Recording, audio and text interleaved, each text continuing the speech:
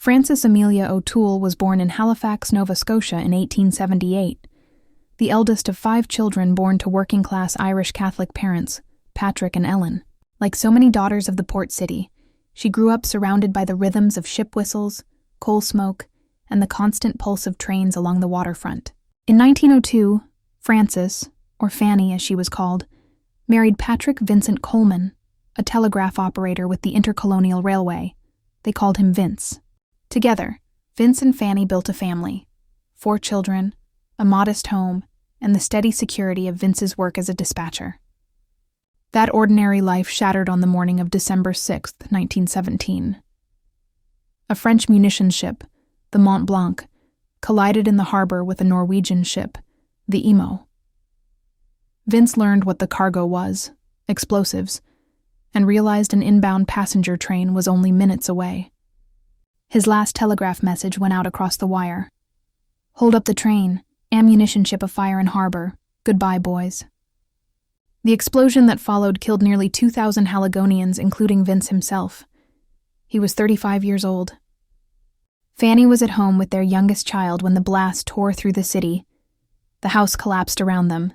She was injured, the little one hurt as well, but they lived. In the days after, the story of Vince Coleman's sacrifice made him a folk hero.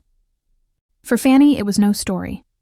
It was the hard truth of widowhood with injuries to recover from, 4 children to raise, and a broken city to rebuild.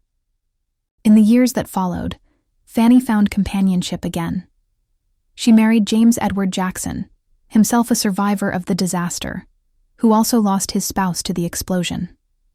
For a brief time, perhaps, the two of them could look across that shared chasm of grief and understand each other in ways few others could. But tragedy circled back.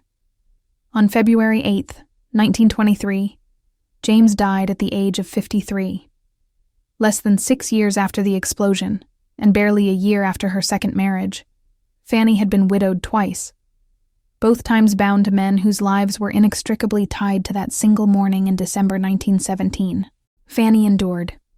She lived through 2 world wars, saw her children grow, and carried her memories quietly.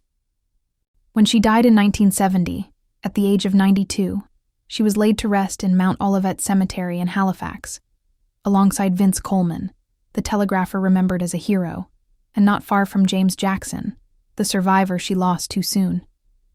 Thank you for taking a few moments with me today to remember Fannie.